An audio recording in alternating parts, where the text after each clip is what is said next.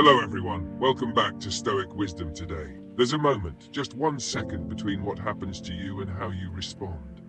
And in that moment, you have a choice. To explode or to breathe. To blame or to understand. To react or to master your emotions. The Stoics didn't aim to feel nothing. They aimed to feel everything wisely, with awareness, not impulse. Today we'll explore how the Stoics practiced emotional mastery, not suppression, not detachment, but something far more powerful: control, clarity, and calm in the heat of emotion. Let's begin. Emotion, enemy or ally. Epictetus taught that we're not disturbed by events, we're disturbed by our interpretation of events. It's not the insult that hurts, it's the meaning you attach to it. It's not the delay that enrages you, it's the story. They don't respect my time. That's why Stoics worked at the level of thought before feeling. Because if you can change the story, you can change the state. Emotions aren't enemies, they're messengers. But if you don't understand them, they become tyrants. How the Stoics faced powerful emotions. Let's look at 3 intense emotions and what the Stoics would do when they hit. 1. Anger. Seneca wrote an entire essay called On Anger. He called anger a temporary insanity, a fire that burns the one who holds it. So what did he suggest? Delay your reaction. Don't answer in the heat. Step away. Let the wave pass. Ask questions. What exactly am I angry about? Is this truly worth my peace? Am I angry because I was wronged, or because my ego feels bruised? Anger often hides fear or pride. The Stoic examines before unleashing. 2. Fear. Marcus Aurelius wrote, "It is not death that a man should fear, but never beginning to live." Fear is natural, but when it paralyzes action or distorts reality, it becomes a prison. So the Stoics practiced negative visualization, rehearse the worst so you're ready for it.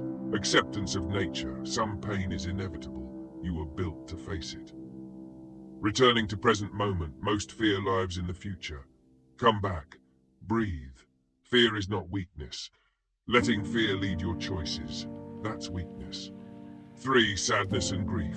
Epictetus said, "Don't demand that things happen as you wish, but wish for things to happen as they do." Stoicism doesn't forbid sadness. It simply reminds you grief is part of love. Loss is part of life. Feel it, honor it, but don't drown in it. Don't let sorrow stretch into self-pity.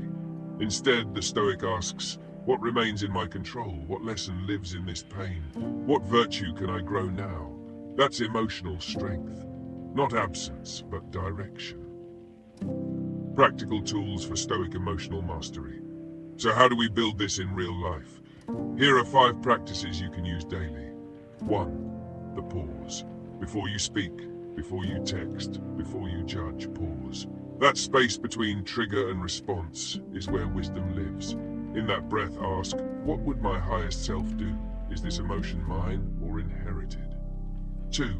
The journal. At night, write, what emotions did I feel today? What triggered them? How did I react? How could I improve? Self-reflection creates emotional intelligence. Over time, you notice patterns. You stop being driven and start driving your emotional life. 3. Premeditation. Prepare for difficulty. Before a meeting, ask, what might frustrate me? How do I want to respond? This isn't pessimism, it's emotional strategy. 4. Virtue over mood. Let values guide you, not feelings. You may not feel like being kind, but you choose to be. You may feel like quitting, but you stay.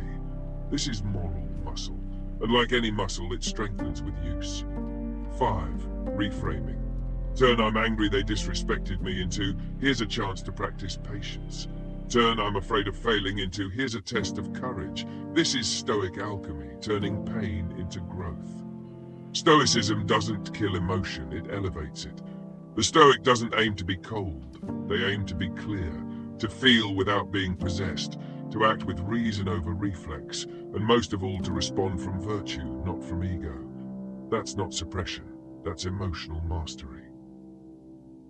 Words from the Stoics.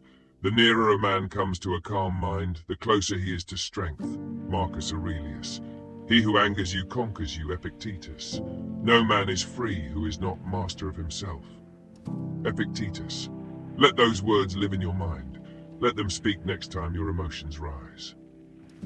Conclusion. The calm within the storm. You cannot control the world, but you can control your mind, your reactions, your story. The Stoic walks through fire without letting it burn their soul. They feel, but they choose. They hurt, but they heal through virtue. So next time emotion rises, don't run from it. Meet it, examine it, name it, then master it. That is strength. That is freedom. That is Stoicism. Thank you for watching Stoic Wisdom today. If this video helped you reclaim your inner calm, please like, subscribe, and share it with someone who needs to remember they are not their emotions. Until next time, stay grounded, stay wise, and stay stoic.